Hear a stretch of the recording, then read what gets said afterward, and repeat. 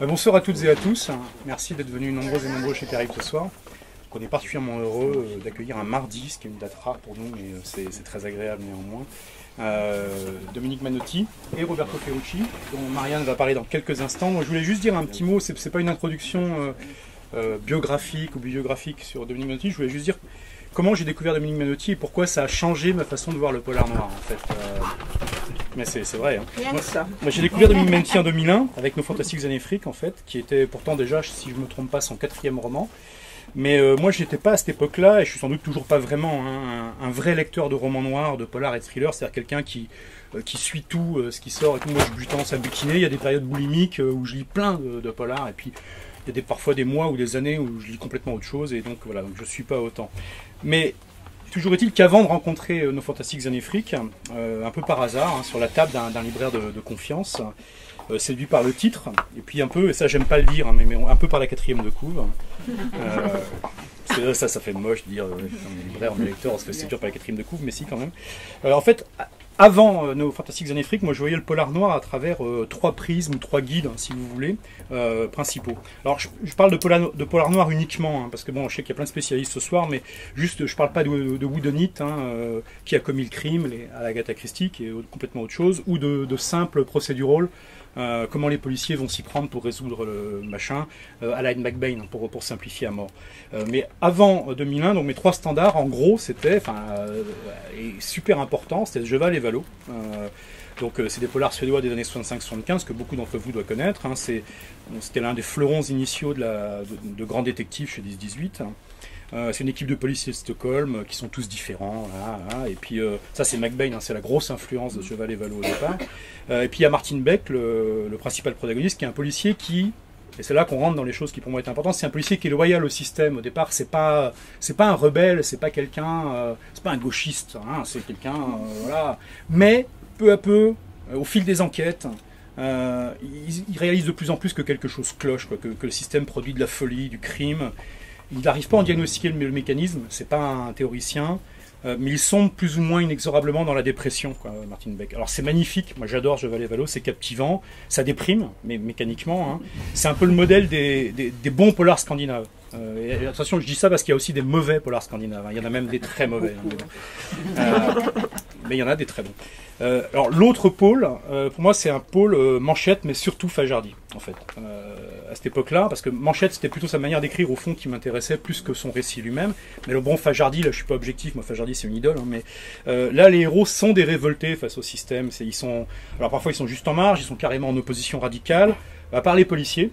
Chez Fajardi, les policiers, Padovani notamment, ils rejoignent le modèle Cheval Valo, encore plus désabusé, en beaucoup plus joueur, avec les possibilités du système, mais les personnages se dressent chez Fajardi avec un courage face au système qui, bon, en général, les broie purement et simplement, et puis c'est tout, quoi. Hein. Et au minimum, parfois, quand ça se passe bien, ils les blessent gravement. Donc c'est flamboyant, c'est romantique, c'est poétique, moi j'adore ça. Mais ça produit pas beaucoup d'analytique, Fajardi. En fait, c'est super tripal. Puis le troisième, mon troisième pilier, donc toujours avant Nos Fantastiques Années Fric, hein, parce que c'est un détour, mais en fait c'est pas un détour. C'était Elroy. Bon, et à l'époque surtout le Elroy. Donc je pense que vous connaissez tous, mais surtout Elroy du Quatuor de Los Angeles, plutôt que celui de la trilogie Lloyd Hopkins. C'est-à-dire le Elroy qui va s'amplifier après avec American Tabloid et ses suites, hein, mais qui nous promène. Et c'était le seul, avant 2001, que j'avais vu faire aussi bien dans la zone grise, justement, du système, là où les moyens, les policiers, par exemple, hein, ils se font gentiment broyer s'ils essayent de ne pas suivre le sens du courant, mais c'est aussi là où les corrompus et les grands profiteurs, ils peuvent vraiment prospérer très gaillardement, quoi, hein. Chez Elroy, c'est quand même la grosse fête pour tous ceux qui sont décidés à profiter de comment on peut s'en mettre plein les poches. Et ils nous montrent, en fait, leur point de vue, leur cynisme, un peu leur idéologie, mais il dépasse de loin le côté pur grand méchant des années 1930. C'est pas des super méchants de l'époque d'Ox Savage, quoi. Donc voilà, alors pardonnez-moi un peu ce laborieux détour, hein, mais c'était pour moi ça me semblait nécessaire pour expliquer à partir de ce que j'aimais avant de rencontrer nos Fantastiques Années Fric, pourquoi, et alors je dis Nos Fantastiques Années Fric, et les 3 romans de Dominique Manotti qui ont suivi, hein, au moins, mais en tout cas ces 3-là, puisque les 3 précédents, moi je les ai lus après. Hein. Mais ça a révolutionné ma manière de voir le polar noir, parce que Dominique Manotti, à mon avis, elle maîtrise toutes les ficelles et les ressorts des 3 manières que j'ai indiquées de faire et de voir. Elle le démontre régulièrement dans ses romans chaque fois que c'est nécessaire. Mais elle montre vraiment avec brio, avec crédibilité, un travail de police depuis l'intérieur. Elle peut montrer des rebelles qui se dressent, mais elle excelle à mettre en scène les agents d'un système de corruption et de profit. Mais ce qu'elle apporte, je dirais, et qui est particulièrement redoutable, c'est qu'à la différence d'Elroy, elle va beaucoup plus loin dans la psychologie et dans l'idéologie des personnages de tous bords, mais elle ne s'arrête pas là. Il y a du matérialisme historique, en fait, chez Dominique Manotti. Voilà. Et il est à l'œuvre partout. L'avidité, la corruption, le cynisme, qui sont déployés, hein, ils sont pas au fond le fruit d'une âme humaine irréversiblement noire, d'une espèce de psychologie des profondeurs un peu teintée de diabolisme chrétien. Ils sont pas ceux d'une conspiration orchestrée, hiérarchisée. C'est infiniment pire. C'est plus réaliste aussi, à mon avis. C'est qu'il y a des conditions économiques et politiques qui créent des espaces de jeu. Et de ce que le capitalisme contemporain appellerait des opportunités de création de valeur. Et le succès des acteurs qui réussissent là-dedans, c'est celui des plus habiles et des plus agressifs. La question du respect de la loi, c'est assez secondaire, en fait.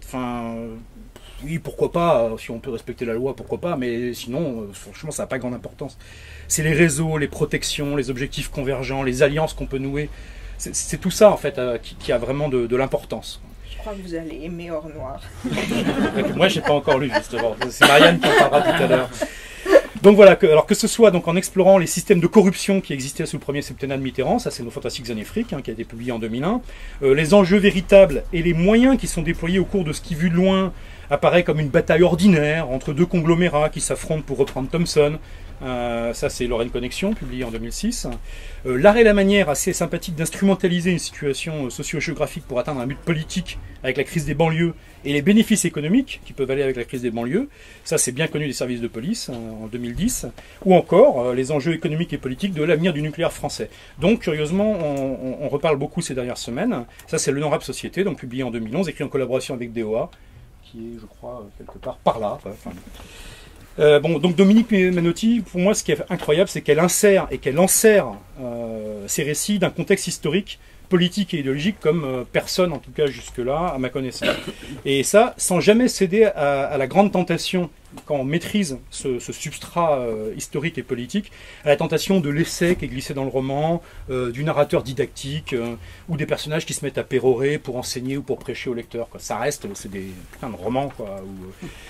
Et voilà, donc pour résumer, Dominique Manotti, elle manie aussi bien ou mieux que les autres auteurs que je connais quasiment toutes les armes de la panoplie traditionnelle du grand polar noir contemporain, mais il y ajoute une vision complexe, intriquée, réaliste de l'enchevêtrement historique des intérêts privés à la chose publique, des possibilités de détournement qui sont offertes par le cadre existant et construit, aux avidités, qu'elles soient d'argent ou de pouvoir, à une échelle qui dépasse très largement celle des individus qui sont pourtant mis en scène avec brio dans les romans. Et voilà, donc c'est ce que je voulais dire parce que ça vous le savez tous déjà en fait, mais donc pour moi, voilà, Dominique Manotti c'est une très très grande auteure et je suis donc hyper heureux qu'elle soit là ce soir. Et je vais céder la parole à Marianne. Voilà. Voilà, donc c'est pour toutes ces raisons qu'on est extrêmement heureux de vous accueillir ce soir pour la parution donc, de Or Noir en série noire Gallimard et aussi donc pour l'édition de la nouvelle Carnet Rose qui est éditée dans la collection Colirio de Terra Firma. Et on est aussi très très heureux donc d'accueillir à cette occasion Roberto Ferrucci, donc qui est écrivain journaliste et qui va vous traduire en italien. Qui m'a traduit déjà, oui. Oui. Carnet Rose. Voilà, et qui donc dirige cette collection. Donc je voulais évidemment commencer par parler d'Or Noir. Donc dans Or Noir, on retrouve le personnage du commissaire Daquin, qui est donc le personnage de mon premier roman. Et donc ici on le retrouve au début de sa carrière, puisque c'est en mars 73, il vient de passer 1 an au Liban, et il est nommé commissaire à la crime de Marseille. Et ça se passe donc mars 73, c'est en pleine guerre de succession après la chute de la French Connection, qui est donc la filière d'exportation d'héroïne vers les États-Unis à partir de la France, qui était avec la complicité des services secrets. Il y a une situation à Marseille à ce moment-là qui est extrêmement confuse, tendue, entre les différents services de police, les services secrets, les différents réseaux marseillais, et Daquin qui arrive, jeune commissaire, doit s'imposer. En plus, mais il est homosexuel, c'est assez difficile. Il est parisien et il a l'impression, enfin, il est confronté à ce milieu extrêmement confus et machiste. Bon, il a quand même à l'époque des méthodes un peu moins musclées que dans certains... Il est débutant. Voilà, il est débutant. Et donc je voulais savoir pourquoi vous étiez revenu, puisque vous aviez dit à un moment que vous en aviez fini avec lui, pourquoi vous êtes revenu à Daquin?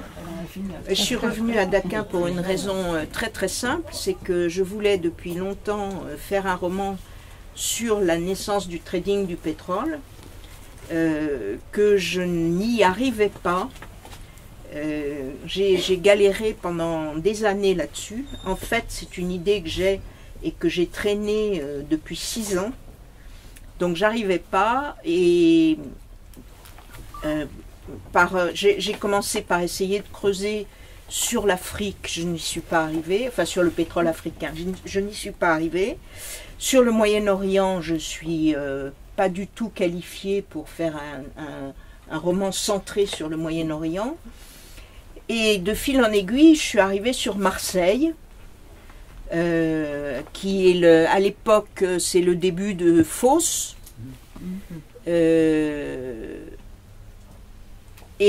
j'avais pas plus de facilité. Bon, j'étais contente d'avoir atterri à Marseille parce que là, je connaissais quand même nettement mieux et je me sentais qu'avec un peu de travail, j'allais bien connaître et bien sentir la ville. Mais j'y arrivais pas plus. Et finalement, c'est l'idée de reprendre Daquin, donc de reprendre un personnage que je connaissais déjà bien et de l'installer à Marseille. En plus, il a 27 ans à ce moment-là, donc ça colle. De l'installer à Marseille qui tout d'un coup m'a débloqué. Voilà, c'est les mécanismes de l'imaginaire, c'est jamais très bien maîtrisé, on sait jamais très bien comment ça marche. Mais le fait de retrouver peut-être que je n'arrivais pas vraiment à entrer dans la tête de policiers marseillais. Non, mais je crois que c'est ça, en fait. C'est pas évident. Donc, retrouver Daquin, que je connaissais très très bien, ça m'aidait. Qui n'a rien d'un policier marseillais. Qui n'a rien d'un policier marseillais, ce qu'il va découvrir assez vite. Ah oui, justement, je voulais parler de vous interroger sur cette ambiance de Marseille. Donc, juste après son arrivée, on lui confie l'enquête sur la résolution du meurtre d'un dénommé Maxime Pierry, donc qui a été l'ancien bras droit des frères Guérini, qui contrôlait la French Connection. Et depuis, cet homme est devenu un homme d'affaires important dans Marseille. Et il est assassiné donc tout au début du livre sur les marches d'un casino de Nice. Donc l'enquête est compliquée là, dans ce contexte confus, il y a des rivalités dans le milieu, et il a sans cesse l'impression qu'il y a des choses trappes qui sont tendues devant lui. Il y a des descriptions justement de la ville et des quartiers de Marseille qui rendent vraiment très bien cette impression d'étouffement. Voilà, donc j'aurais voulu que vous nous parliez de ça et du reflet que vous aviez voulu donner de Marseille. Est-ce que c'était lié pour vous à l'époque particulière, à la ville de façon plus générale Ah non, je crois qu'il y a une réalité marseillaise. Marseille, et je pense, enfin, à moins de me tromper, mais Marseille est la seule ville en France où il y a quelque chose qui a pu, à un certain moment, de loin, ressembler à une mafia.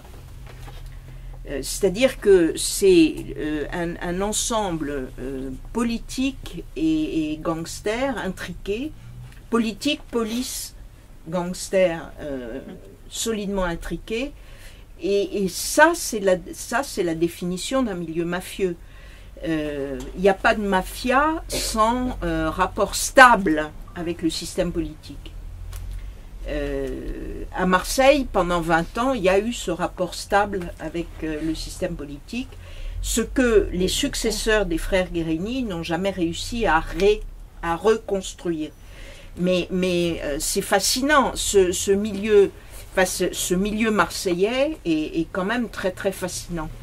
Et en se promenant dans la ville, moi, la sensation que j'ai eue, c'est que dans la géographie de la ville, on retrouve toute une série de ces sensations, c'est-à-dire le vieux Marseille et la mer est drôlement loin. La mer est drôlement loin à Marseille. Alors on a quelques trouées vers les Calanques, où là, tout d'un coup, ça respire, c'est même des paysages absolument bouleversants, enfin des paysages absolument fabuleux. Mais dans le vieux Marseille, les rues sont extrêmement étroites, les maisons assez hautes, on a des bandes de ciel. Le vieux port, c'est pas la mer. Je veux dire, il y a un aspect très curieux de cette ville de bord de mer qui n'est. Si on prend la comparaison avec Le Havre, par exemple, rien à voir. L'atmosphère de la ville a rien à voir. On respire de façon totalement différente dans un port comme Le Havre, etc., etc. Donc ça m'avait beaucoup frappé. Et c'est vrai que le sentiment de la ville, j'ai essayé de le rendre dans l'histoire et dans les personnages. Et il y a un de ces personnages, quand on lui dit « Mais comment vous faites pour vivre au milieu de tous ces réseaux ?» Réseau de flics, réseau bon. Il dit moi c'est comme le poisson dans l'eau. En dehors des réseaux, je respire pas quoi. Marseille noir. Marseille noir. Reste. Donc au début du roman, en dehors de la scène d'ouverture qui se passe un certain temps avant, on est à Marseille en pleine guerre de succession, donc en pleine guerre dans le milieu. Donc le titre du roman, Or Noir, le cœur du roman, n'est révélé que plus tard. Et ça renforce vraiment l'impression, enfin, le sentiment quand on lit le roman qu'il est sur un point de basculement.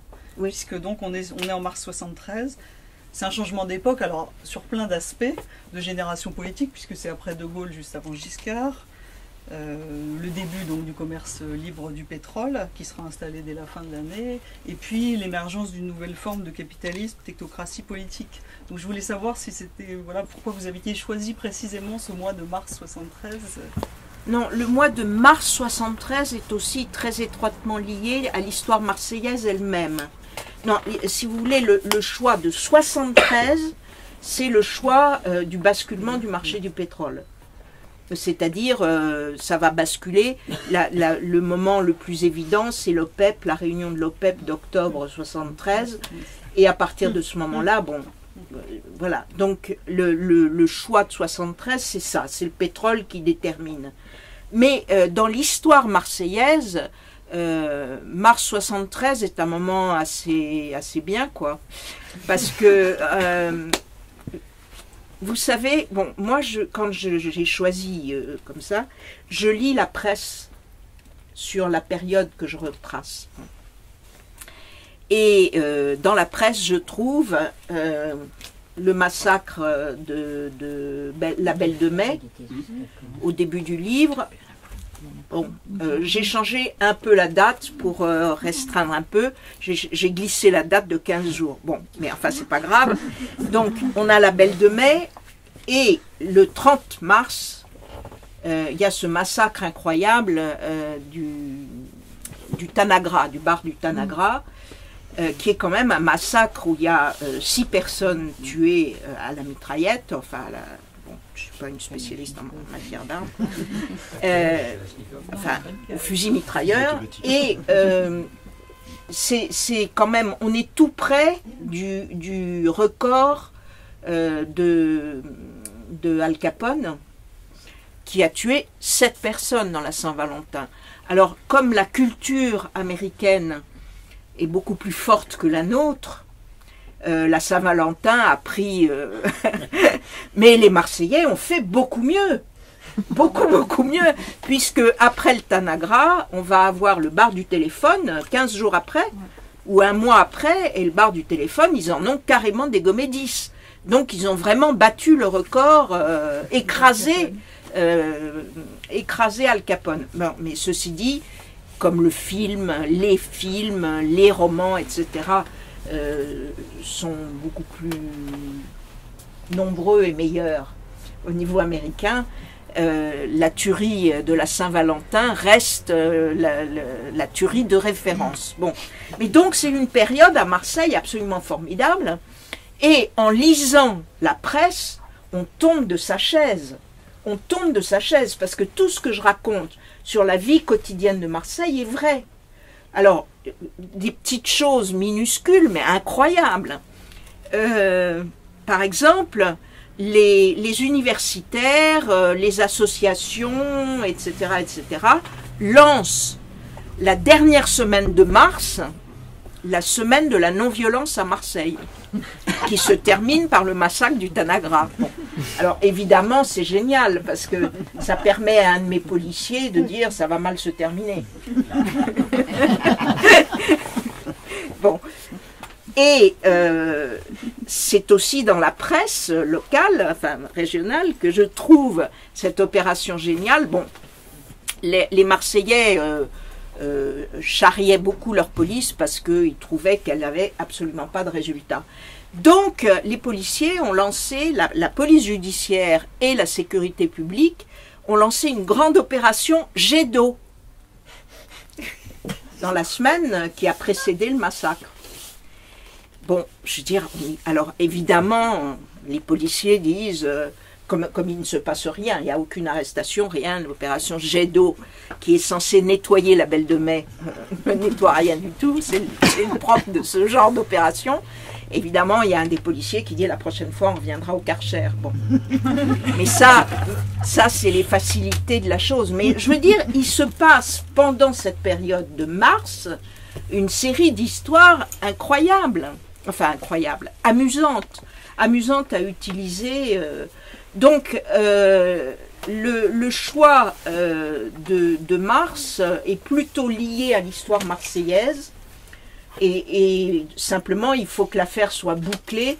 Et puis, si vous voulez, il y a aussi, sur l'histoire du pétrole, la réunion de l'OPEP du mois de mars, donc qui précède celle d'octobre, où la décision de vendre son pétrole librement est annoncée par le Shah d'Iran. Donc, je m'appuie sur ces dates fortes pour construire mon histoire. Voilà pourquoi mars 73. Il y a un des aspects qui est très frappant dans le livre avec ce changement d'époque, justement, c'est le contraste entre les méthodes des policiers qui restent finalement assez artisanales et le changement de génération et d'échelle des trucs. Il y a la convergence entre le crime organisé et le business avec une nouvelle dimension qui devient mondiale. Et ça, j'ai trouvé ça vraiment très frappant dans le livre. Je sais pas si... Ah, puis c'est amusant, si vous voulez, parce qu'on ne s'en rend plus compte, mais par exemple, Malte n'est pas encore un paradis fiscal, ni pavillon de complaisance. Ah oui. Pas encore. Il y a très peu de bateaux à Malte. Malte était à un point une colonie britannique. Les Britanniques commencent à le quitter en 64, en 73, il y en a encore quelques-uns qui restent. Bon, et tout ça est en formation, en essence, quoi. La Méditerranée d'aujourd'hui, elle est vraiment en essence à ce moment-là, quoi. Et alors, comment initialement vous êtes venu à vouloir parler de la libéralisation du commerce du pétrole? Ah bah parce que je pense que c'est un virage fantastique. C'est un virage. Si vous voulez, la financiarisation de l'économie qu'on connaît aujourd'hui commence là. Elle commence là. Et pourquoi j'avais envie d'en parler? Parce que dans l'ensemble, moi, ce que j'essaye de faire, c'est de rendre compte un peu de l'histoire de ma génération. Et que clairement, alors on est là toutes, beaucoup des anciennes de Vincennes, clairement on s'est aperçu de rien. On n'a pas compris du tout ce qui se passait à ce moment-là. Pas du tout. Donc, bon, en tant que romancière, pour moi c'est important de revisiter ce moment-là, quoi. On n'a pas compris, mais on a senti la différence. Qu'il y avait un clivage qui se faisait là. Enfin, moi personnellement, je pense peut-être 2 ans plus tard, mais c'est clair qu'il y avait, même si on n'a pas compris ce qui arrivait, ce qui allait se mettre en place, on n'a pas senti la financiarisation qui nous arrivait. Non, mais la fin de quelque chose, la fin de ce qu'on avait vécu dans les années. En plus, nous, on nous a déménagé. Parce qu'on a eu enfin moi, c'est un sujet que j'aimerais bien que des gens travaillent. Il y a eu un point aveugle dans les années 68, 60 qui ont suivi sur tout ce qui est l'économie. Oui, on n'en parlait pas. Complètement. Le seul discours, c'était les patrons sont des salauds, point à la ligne. Mais on n'avait pas d'analyse de ce qui était en train de se passer. Et effectivement, 73, ça précède, enfin, cette libéralisation, ça précède la réunion de Giscard avec comment il s'appelait, le président des États-Unis à l'époque, où il décide de... non, pas Ford. Et où il décide que le dollar n'est plus lié au... Ah ben, 73. 73, c'est la et c'est lié, si vous voulez, la libéralisation du pétrole, du prix du pétrole est liée à la dévaluation du dollar. C'est-à-dire que le dollar dévisse complètement, c'est les Européens qui le repêchent. Je ne sais pas si c'est la meilleure des choses qu'on ait faites, mais en tout cas, c'est les Européens qui le repêchent. Et les grandes compagnies prétendent maintenir des prix fixes exprimés en dollars, ce qui veut dire une chute considérable de ce qui revient aux pays producteurs. D'où la bagarre et la décision de vendre seul d'un certain nombre de producteurs. Voilà, c'est donc 73, c'est un sacré virage. C'est un sacré virage. Et c'est à partir de 73 qu'on a dit le pétrole c'est... Non, le dollar c'est notre monnaie et votre problème. Ce que disent les Américains, c'est notre monnaie et votre problème. Dans ce qu'on appelait l'extrême gauche, il n'y avait pas d'analyse de ce qui se passait économiquement. Non, on n'a rien compris. Un refus de... C'est quand même très étonnant compte tenu du fait que vous étiez tous assis sur Karl Marx et le Capital à ce moment-là. On était tombé un peu quand même. Plus tellement. C'était la reproduction du modèle du Capital qu'on répétait sans voir que les choses n'étaient plus exactement du même schéma. En plus, la culture avait beaucoup changé entre avant 68 et après 68. La culture d'extrême gauche avait beaucoup changé. Avant 68, on était des fanatiques des grands textes. On lisait énormément et les débats à l'intérieur des organisations étaient très très passionnés et avec beaucoup de références. Bon. Après 68, c'était vraiment un autre monde. C'était un autre monde. Oui, enfin, il y avait plutôt un éclatement des références. On lisait encore beaucoup, mais il y avait un éclatement. Ah non, toi tu lisais encore beaucoup. Mais je t'assure que les militants qui sont arrivés après 68, ils lisaient pas beaucoup. Ils lisaient vraiment pas beaucoup. Le petit livre rouge, c'était limité quand même. Oui. Et à l'époque, à Vincennes, nous on avait fait avec Emmanuel Terret, si vous vous souvenez de lui, avec Emmanuel Terret, on avait fait un nouveau petit livre rouge, et les gens voyaient pas la différence. On diffusait un certain nombre de préceptes. Non, la culture avait beaucoup changé. Tu n'aimais pas trop les gauchos, hein? Tu n'aimais pas trop les gauchos. Non. De Vincennes. Ça dépendait des Oui, mais quand même. Non, mais c'est vrai. Toujours pas d'ailleurs. C'est-à-dire là maintenant il n'y en a plus. Il n'y en a plus. Mais les restes, non, c'est vrai. Arrête, tu vas faire mal à Besançon et Mélenchon. Je pense que ce serait bien qu'on en entende un extrait. Alors, alors écoutez, j'avais envie de vous lire quelque chose qui est très, qui pas du tout, qui ressemble pas au livre.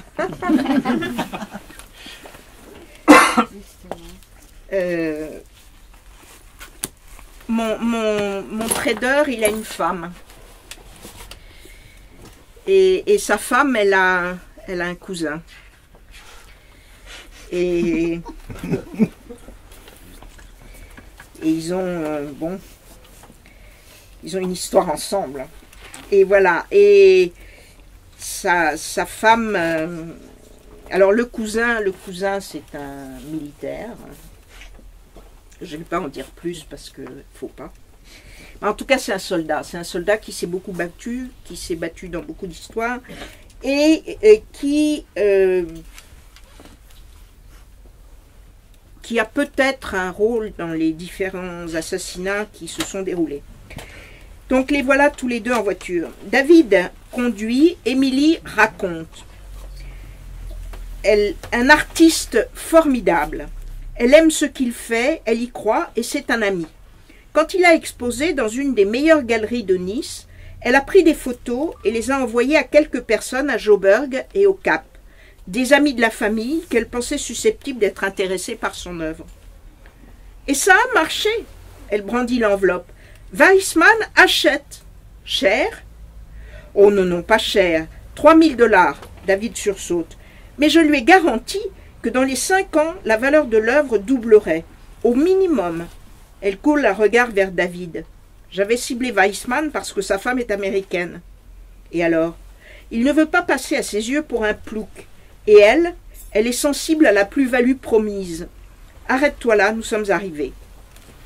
Au rez-de-chaussée d'un immeuble bourgeois, en plein centre de Nice, une entrée discrète. David accompagne Émilie. Dans le vestibule, une jolie jeune femme accueille les visiteurs, assise derrière un bureau. Elle se lève, vient au-devant d'Émilie, l'embrasse, lui indique la porte derrière elle. « Augusto t'attend. »« Juste une minute. Je te présente David, mon cousin.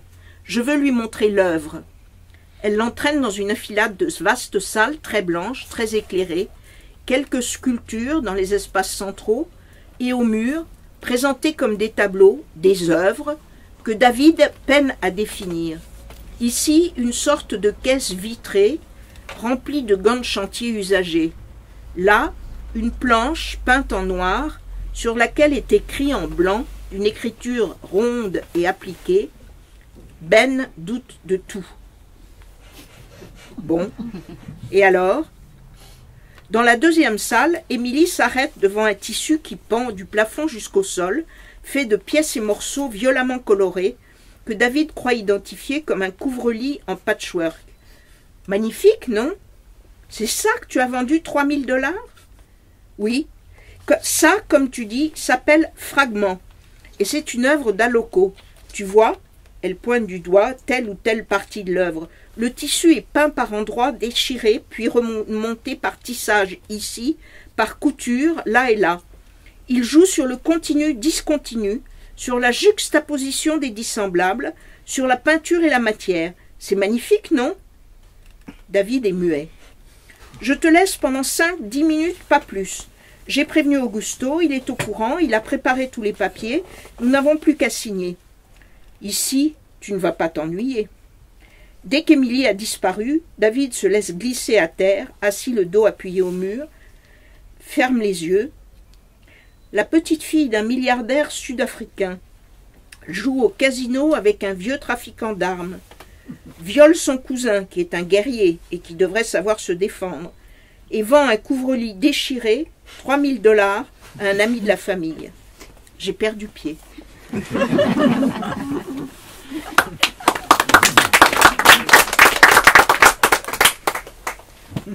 Est-ce que vous avez des questions que vous voulez poser à Dominique Panetti sur Noir?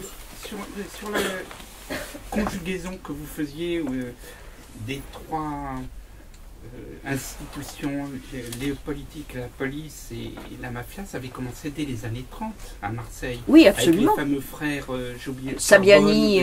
Voilà, et qui ont ensuite collaboré avec les nazis, et ainsi de suite. Il y a une continuité. Absolument. Et il y a un homme dont on peut parler aujourd'hui parce qu'il est mort il y a assez longtemps, de Fer, qui a tout porté. Oui. Pourquoi Oui, il y a oui. eu Fausse? Parce que ça devait se faire à Marseille. Il n'a pas voulu pour que les communistes n'aient pas une masse ouvrière électorale pour eux. Et il a joué un jeu pour faire que ce soit Fausse, de façon à ce qu'il n'ait pas que ses affaires à lui continuent de manière tranquille, avec cette convergence avec. Mais les Guérini ont consolidé leur position à travers la lutte anticommuniste. Les Guérini ont mené 2 opérations très importantes à Marseille. La première, c'était en 1947. Il y a eu une manifestation communiste qui a été attaquée très violemment par les hommes de main des Guérini et qui a été nettoyée, la ville a été nettoyée. Et la deuxième opération, c'est la grève des dockers de 50 qui a été cassée par les Guérini. C'est ce qui explique aussi le poids que le reconnaît la CIA. Il n'y a pas que de fer dans l'affaire. D'abord, il n'y a pas que de fer parce qu'il y a eu d'autres hommes politiques de droite qui ont aussi joué les Guérini. Et puis, à partir de 1947, c'est la CIA qui met en relation Lucky Luciano et les Guérini, et que le commerce de l'héroïne s'installe. Donc il n'y a pas que les hommes politiques français. Il y a eu aussi un poids important de la CIA dans l'affaire. D'où le poids de FO à Marseille. D'où le poids de FO à Marseille. Jusqu'à tout récemment. En particulier dans le personnel municipal. C'était le relais d'une certaine... Si, mais c'est ça, cette histoire.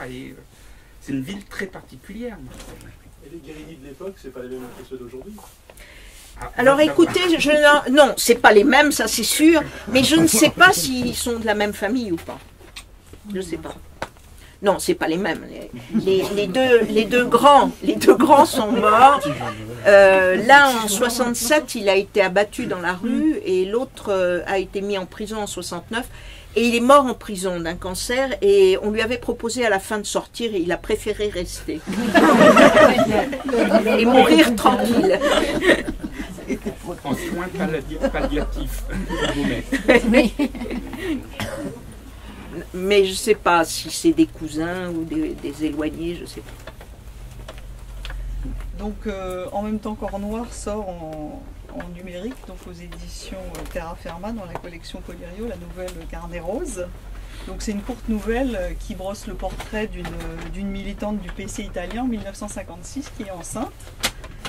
Et elle est très emblématique parce que c'est très court, mais elle mêle la petite et la grande histoire, et puis le combat d'une militante et d'une femme. Donc ça m'intéressait, puisque ça s'appelle Carnet Rose, de savoir comment elle était née, cette nouvelle. La nouvelle? Ah ben écoutez, la nouvelle est biographique. Elle n'est pas autobiographique, mais elle est biographique. C'est une militante italienne qui m'a raconté ça, qu'elle a vécu. C'est une histoire absolument vraie. Ah bon? Oui. Stupéfiante, mais vraie. C'est stupéfiant. Bah oui, c'est un peu de la science-fiction, quoi. Ah non, c'est pas de la science-fiction. Ah non, non, c'est pas de la science-fiction, c'est une histoire absolument vraie. Et c'est l'histoire, si vous voulez, c'est aussi derrière, c'est la grande histoire de trois, c'est une histoire d'accouchement, bien d'accord, mais c'est la grande histoire aussi à deux niveaux différents. C'est la grande histoire parce que ça se passe en 56, que 56 c'est le rapport Khrouchtchev, etc. Bon, et que pour les communistes c'est quand même quelque chose de... C'est une période extrêmement importante. Mais c'est la grande histoire aussi parce que c'est la pleine période. Là, maintenant, on a complètement oublié, mais c'est la période de la bagarre de l'accouchement sans douleur. Bon. Et cette bagarre de l'accouchement sans douleur, ça a été quelque chose de très important. Évidemment, aujourd'hui, ça n'a plus aucun sens, puisqu'il y a les péridurales, tous ces trucs-là. Mais c'est quand même la première fois, on se battait, ça venait de l'Union, c'était une technique qui venait de l'Union soviétique, et on se battait sur l'idée que c'est quand même écrit dans la Bible, tu accoucheras dans la douleur. Je veux dire, c'est écrit dans la Bible. Mais en voilà. Italie, c'est encore le cas. Hein? En Italie, c'est encore le cas. Parce qu'en France, on fait la péridurale, mais en Italie, il faut se battre pour ça. Oui, oui, mais bon. Et donc, cette bagarre, mais c'est pour ça que ces bagarres-là, il ne faut pas les oublier. Cette bagarre, elle a été vachement importante, même si, de fait, l'accouchement sans douleur marchait ou ne marchait pas. Hein. C'était un peu la loterie. Hein. Et la loterie à laquelle on gagnait pas souvent quand même. Mais bon, c'était un changement d'attitude quand même extrêmement important. Extrêmement important. Voilà, donc c'est une histoire d'accouchement en 56, au moment du rapport Khrouchtchev, et en accouchement sans douleur, version italienne.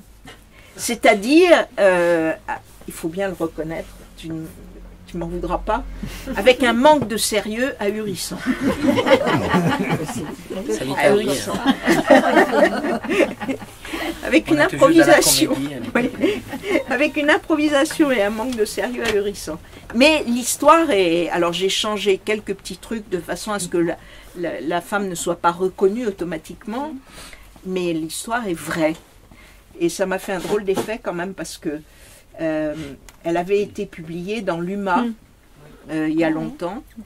Et il y a une lectrice, une fois, qui est venue me voir à la fête de l'UMA. Et c'est quand même l'histoire de l'accouchement de son deuxième enfant, en 56. Et elle me dit, c'est votre histoire. Non. J'étais un peu vexée quand même. Non, c'est pas mon histoire. Mais enfin, c'est une histoire vraie. Donc, si vous voulez, voilà, elle m'a raconté ça, cette femme, qui est une femme que j'aime beaucoup et que j'admire énormément. Elle m'a raconté ça, et puis j'ai gardé l'histoire comme ça dans ma tête. Hein. Et puis un jour, l'UMA, par l'intermédiaire de Roger Martin, m'a contacté, m'a demandé une nouvelle. Et il m'a semblé que c'était une nouvelle extrêmement appropriée à un journal communiste. Voilà. Voilà l'histoire de... Mais c'est une belle nouvelle, franchement, c'est une belle histoire. C'est une belle histoire. Oui, oui. Le journal qui disait que le rapport Khrouchtchev était faux. Oui, oui, oui. Attribué au camarade. Le rapport attribué au camarade Khrouchtchev. C'était la formule. Oui. Avec Ravenchkov, c'est un peu avant. Mais 56, c'est aussi Suez et Budapest. Ah oui, mais je ne pouvais pas tout faire. Hein. C'est une nouvelle. Non, mais c'était un accouchement. C'est vrai que c'est une sacrée amie. Budapest, c'est plutôt un avortement. C'est un accouchement parce que c'est là où aussi une grande partie des intellectuels en Italie et en France se sont éloignés du PC. Oui. Ça a été la rupture avec ça. Éloignés du PC. Et ainsi de suite. Et c'est ce qui a donné naissance progressivement au mouvement gauchiste dans les années qui ont suivi.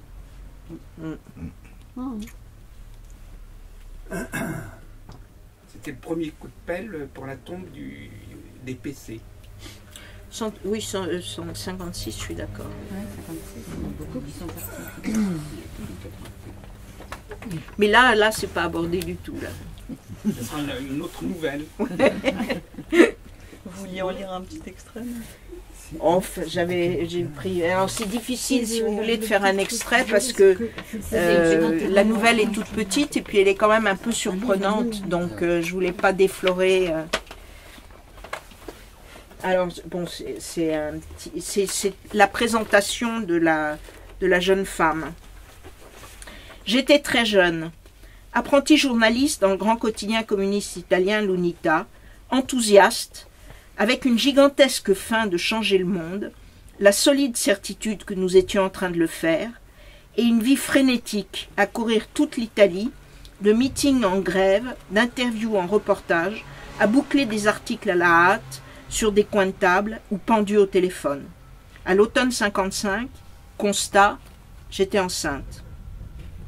Cette grossesse était d'autant moins programmée que j'avais déjà un petit garçon de 2 ans, qui connaissait mieux ses grands-mères que sa mère ou son père, permanent du PCI, et enseveli tout autant que moi dans le tourbillon militant. Pas envie de cet enfant, mais peur d'un avortement clandestin, peur physique, peur de la réprobation générale, violente, y compris dans le Parti communiste à cette époque. Insouciance aussi, j'étais si jeune, je me croyais capable de tout assumer. J'ai laissé faire et mon ventre a commencé à s'arrondir. Vu de ce début de 21e siècle, on n'arrive plus à comprendre comme il était difficile alors d'être une femme dans le Parti communiste italien, aussi machiste que le reste de la société italienne, si l'on ne se satisfaisait pas d'être une bonne épouse et une bonne mère, communiste évidemment. Je crois bien qu'à cette époque, je me rêvais en homme. Voilà. Vous pouvez peut-être nous dire quelques mots sur la collection, Roberto? Non, moi, j'ai beaucoup aimé cette nouvelle parce que elle raconte pas seulement l'histoire de cette femme, mais c'est un petit portrait très important de l'Italie. Et là, c'est déjà... on voit déjà la défaite du Parti communiste italien, non? qui est déjà bien évident en 1956. Comme vous savez, il n'existe plus depuis longtemps. Si vous imaginez que Matteo Renzi, c'est l'héritier de Berlinguer, ça c'est quelque chose de plutôt étonnant. Et donc c'est une nouvelle qui vraiment raconte l'Italie et ce qu'a dit Dominique quand tu as dit la manque de sérieuxité. C'est évident. Il y a toujours ce côté comédie, non? Comédie à l'italienne, même. Alberto Sordi était dans les partis communistes à la fin. Parce que si vous lisez la nouvelle, il y a un moment où on imagine qu'il y avait Alberto Sordi, Vittorio Gassman. Non, mais c'est vrai. Et donc, ça c'est un peu triste de le dire en étant italien, mais c'est ça. Et quand j'ai lu cette nouvelle de Dominique, qu'au début c'était un peu l'idée de faire une petite recueil de 5 ou 6 nouvelles. À la fin, je proposais à Dominique de la publier toute seule, parce qu'elle a une puissance et c'est 8, 9, 10 pages, mais c'est vraiment... et moi, je trouve que l'opportunité qui donne le numérique, c'est celui-là, de pouvoir publier un texte très court et lui donner la juste indépendance et l'énergie qu'il peut avoir, qui peut être aussi plus fort qu'un roman. Parce que je trouve qu'il existe des nouvelles qui sont inoubliables. Non?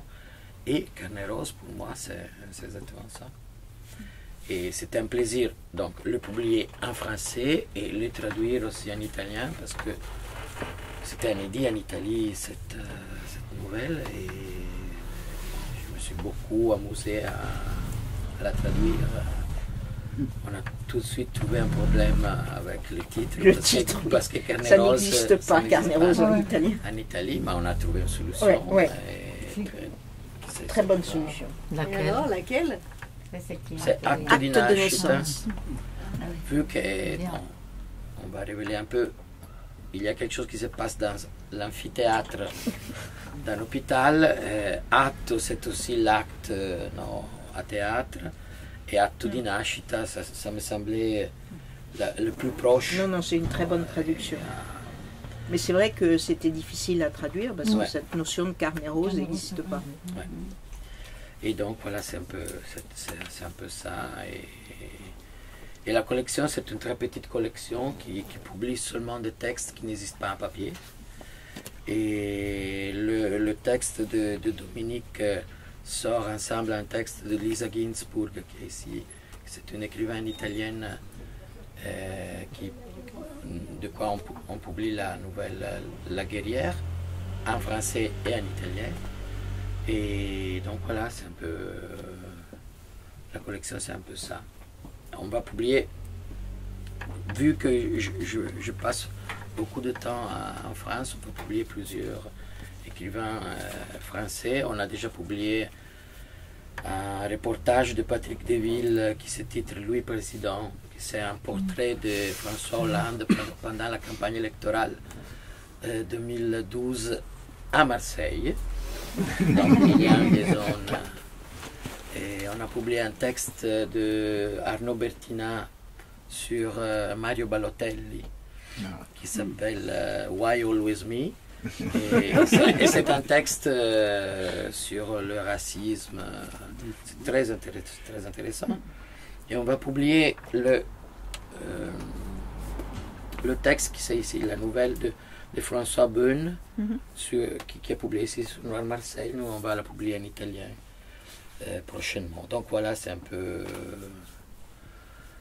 ça. J'espère de publier autre chose de Dominique, si elle veut. Et voilà. J'ai une question. Vous avez écrit il y a quelques années L'honorable Société. Oui. Vous parlez du nucléaire. Oui. Et, bon, j'imagine que vous êtes en éveil sur l'actualité contemporaine. Et que vous n'entendez peut-être pas ce que nous entendons. C'est-à-dire? C'est-à-dire que vous êtes passé de l'autre côté de l'histoire. Nous, on nous dit des choses, on les croit. Ah oui, écoutez, on n'est pas obligé. Non, je ne suis pas une vraie spécialiste, hein, franchement. Donc tout ce qui se passe est normal. Ah non, non, j'en sais rien.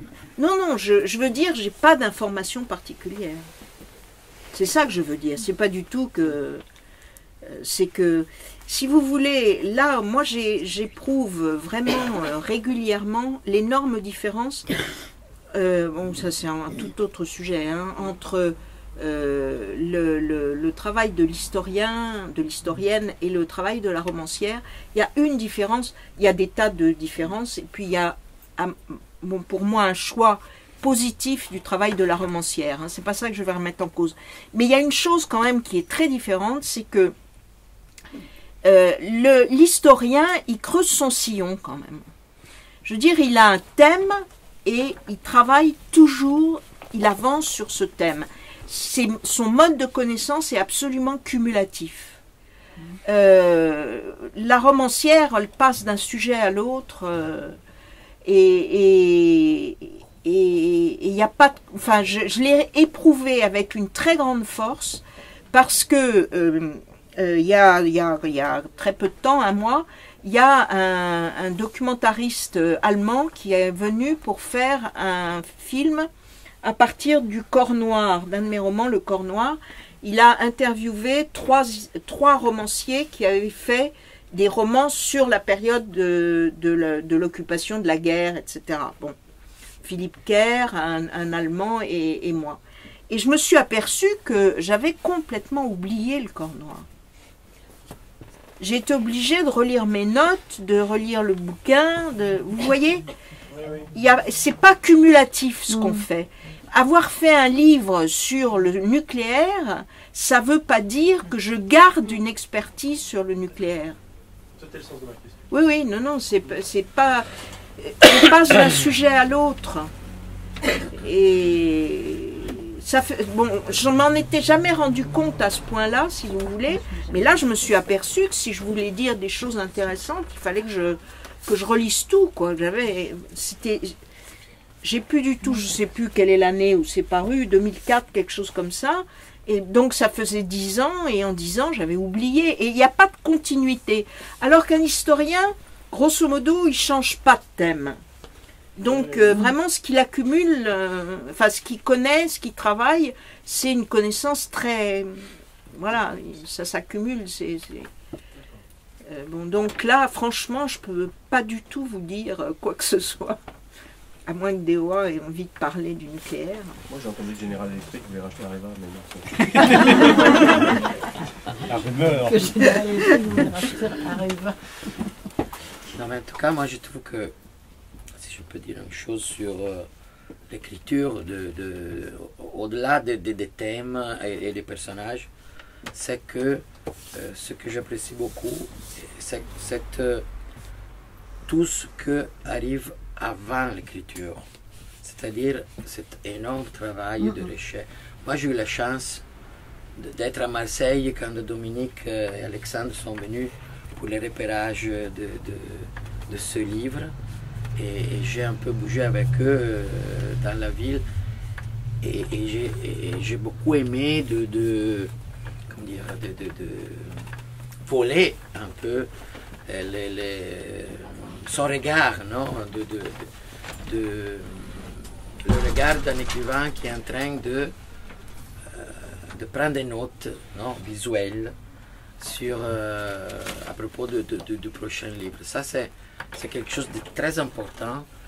Et aussi le fait que quand elle redonne tout ce travail, cette recherche, cette étude, non, sur les sujets, pour nous lecteurs, nous on est sûr que lire son livre, c'est s'enrichir.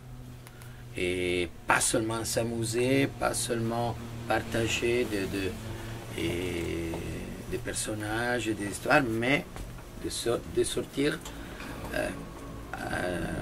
d'une expérience.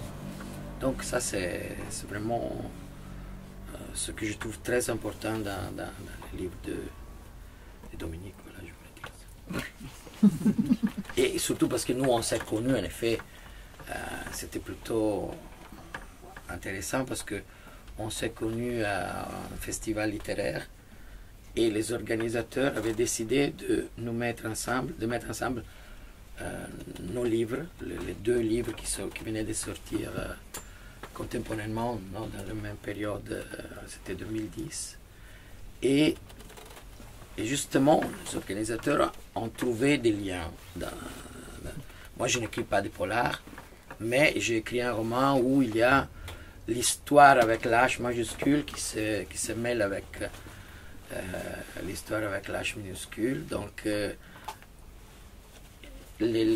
aussi, il y a une expérience, une recherche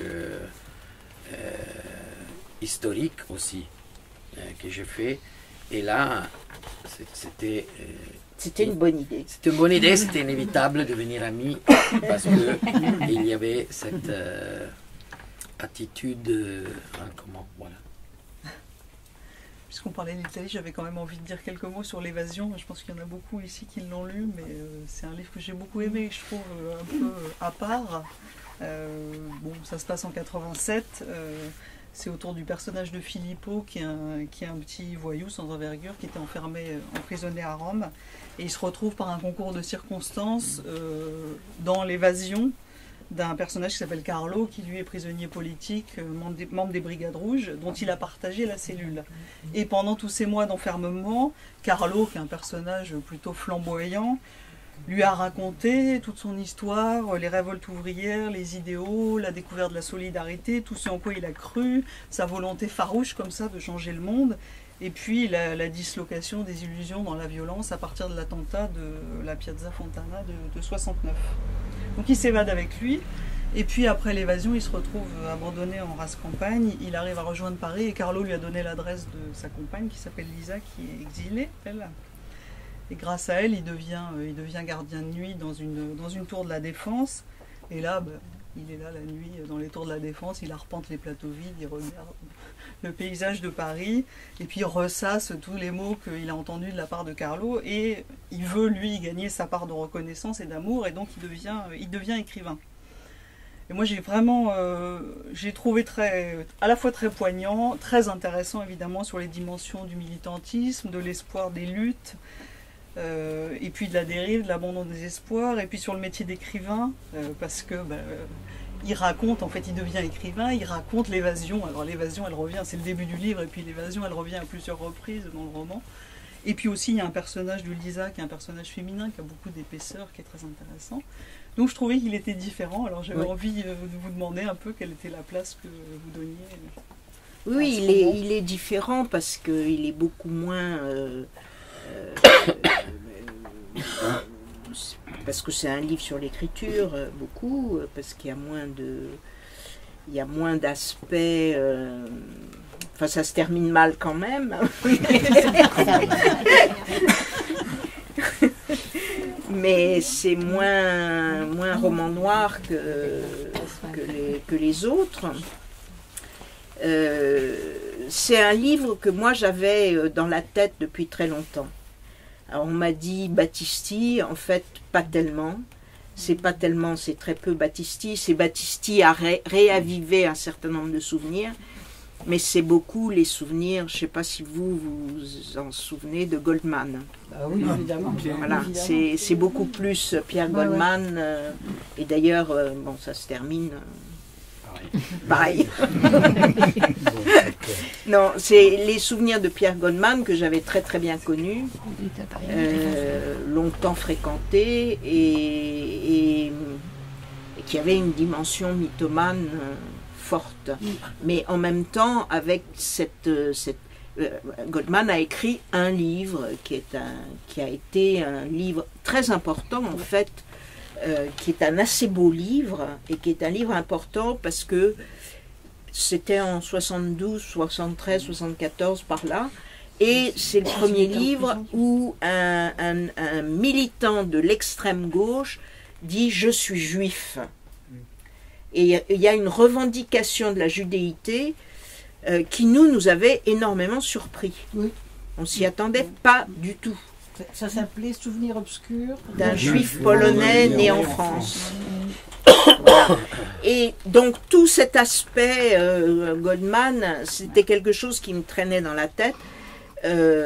Bon, évidemment, bon, alors comment je suis venue à l'écrire? Bon, il y a des histoires qui traînent et puis on les écrit jamais. Mais je suis venue à l'écrire parce que je piétinais sur le pétrole. J'étais noyée, j'arrivais pas à enclencher, j'arrivais pas à trouver un point de chute, j'arrivais pas à trouver une histoire. Je commençais à en avoir assez, j'étais noyée dans la documentation, je maîtrisais rien, bref, c'était la période était pas bonne. Et je me suis dit, je vais laisser tomber complètement, je vais couper, je vais écrire. Et ça, je l'ai écrit sans beaucoup de documentation. C'est pas un livre, c'est un livre qui fait appel à mes souvenirs. L'Italie, je l'ai très bien connue à cette époque-là. J'ai très bien connu tous les gens dont je parle. Bon, donc ça fait appel beaucoup plus à mes souvenirs. J'ai quand même lu 2-3 bouquins. J'ai lu une très belle interview que Rossana Rossanda a fait de Moretti. Bon, donc j'ai lu quelques livres, mais très peu. Il y a très peu de documentation. C'est beaucoup plus mes souvenirs. C'est beaucoup plus ce à quoi j'ai pensé autour de Pierre Goldman, etc., etc. En le décalant, en le transposant dans une autre période, en le mettant sur l'Italie, alors que Goldman avait des rapports très complexes avec l'Amérique du Sud, et pas du tout avec l'Italie, mais c'était avant 68. Et juste après. Donc c'était des rapports avec l'Amérique du Sud, le même type de rapport mythique qu'on a pu avoir avec l'Italie. Bon, donc voilà, c'était transposé, changé, mais et c'est un livre qui est venu assez facilement. Ce qui m'a fait respirer beaucoup par rapport au pétrole. Et quand je suis revenue après sur l'autre, ben, j'ai trouvé un rythme pour avancer. Voilà comment c'est venu l'idée de faire l'évasion, et c'est pour ça que l'évasion est effectivement assez différent des autres romans. Est-ce que vous avez d'autres questions pour moi? J'avais une question en fait qui renvoie plus à Lorraine Connexion. C'est une chose qui m'a frappé, alors qui est visible dans plusieurs des autres livres, mais je trouve qu'il y a un registre de langage, de situation qui est rarement maîtrisé en fait par beaucoup d'auteurs de polar, qui est celui en fait des milieux d'affaires et des milieux d'affaires de très haut niveau. On a souvent une écriture quand on les évoque dans des romans qui est très caricaturale. C'est pas comme ça en vrai, quoi. Et moi j'étais sidéré dans Lorraine Connexion en particulier, notamment dans les scènes qui correspondent à la préparation des offres et à des résultats de la reprise de Thomson par les équipes Alcatel et les équipes Matra. C'est impressionnant de réalisme et de justesse de ton. Or, je ne crois pas que vous ayez évolué en fait comme conseiller du président de Matra. Alors, je serais très surpris. Et donc, je me demandais que, parce que ça, en revanche, c'est des registres de langage qui ne sont pas nécessairement faciles à appréhender, parce que même des journalistes souvent ne le maîtrisent pas en réalité. Enfin, donc voilà, ça c'était la curiosité, c'est comment vous y êtes pris pour arriver à cette justesse de... Je suis née dans le milieu. Je suis née dans le milieu. D'accord. Oui, bah voilà, ça répond. Je n'y ai pas fait carrière. J'entends bien. Mais je suis née dedans, et de façon très très curieuse, mon père me parlait énormément de ses affaires. On avait des rapports très très très proches, et voilà. Et j'ai gardé le souvenir très vivace de tout ça. Et je pense que c'est sans doute pour ces raisons-là aussi que j'ai fait de l'histoire économique. Et sur le 19e siècle, j'ai travaillé essentiellement sur le patronat. J'ai travaillé un peu sur la classe ouvrière, évidemment, mais aussi sur le patronat, ce qui est rare de la part d'historiens marxistes. Et on en retrouve dans l'évasion un petit bout qui est assez clé en fait, hein, parce que c'est quand même par la lecture d'une hagiographie, mais filtrée par un travail d'universitaire, qu'une des clés en fait apparaît, hein, en rapprochant les deux, c'est-à-dire le plaidoyer pro domo fait en belle plaquette qu'on offre aux clients à la fin de l'année, avec les belles photos, enfin fait par une banque, et puis le travail que fait un universitaire pour essayer de retracer justement par un travail d'historien en fait. Ah oui, oui, mais ça en plus, là j'ai une expérience, je veux dire, j'ai une expérience. Quand on était toute une bande d'historiens à Vincennes déjà, je crois, on avait été contactés par des entreprises qui voulaient nous acheter des plaquettes. Et bon, attendez, c'est laquelle? Bon, je vais dire une bêtise, non, je ne dis pas le nom parce que je ne me souviens plus, mais il y a une des très grandes entreprises françaises qui a créé un centre d'histoire. Saint-Gobain. Saint-Gobain, oui. Avec Hamon et Félix Torres. Ouais. Oui. Et on était allé voir leurs archives, c'était bien fait. Hein. Très bien fait. Oui, donc on avait eu beaucoup de discussions sur l'histoire de l'entreprise. En conclusion, je voulais aussi dire quelques mots du roman de Roberto Ferrucci, Ça change quoi, c'est un roman de 2007 qui a été traduit en 2010 dans l'excellente collection Fiction et compagnie du Seuil. Donc ça revient en fait sur les événements de Gênes, ce qui s'est passé à Gênes à l'occasion du sommet du G8 en 2001. Il y a une préface très belle de Tabouki dans laquelle il dit « Ce qui s'est passé durant l'été 2001 à Gênes pendant la réunion du G8 a fait tomber le masque de la démocratie italienne. » Donc le narrateur de ce roman, parce que c'est un roman, c'est un journaliste et il est de retour dans la ville de Gênes plusieurs années après ces événements. Il est là dans sa chambre d'hôtel, sous les yeux il a des traces de ces événements qui n'ont pas cessé de le hanter depuis 2001. Donc il a une carte de la ville, il a des vidéos, il a des photos, il a différents documents et il se repenche sur ces événements. À l'époque, quand il était venu en 2001, il était journaliste, il devait couvrir le sommet et il venait de rompre donc une histoire d'amour avec une femme qui s'appelle Angela. Donc le titre du roman, Ça change quoi? C'est une double apostrophe sur ça change quoi ces événements eux-mêmes qui sont des événements impensables et ça change quoi sur la façon de pouvoir les raconter. Le narrateur, il se dédouble donc entre sa position de journaliste à l'époque et d'acteur des événements, entre cette période de juillet 2001 et entre le présent, entre le témoignage et l'introspection. Et puis donc il raconte ce moment de sidération, quoi, de peur absolue, où la police qui était censée protéger la foule est devenue l'ennemi, avec la mort de Giuliani dont on a beaucoup parlé, aussi avec l'assaut d'une violence absolument incroyable contre l'école Diaz.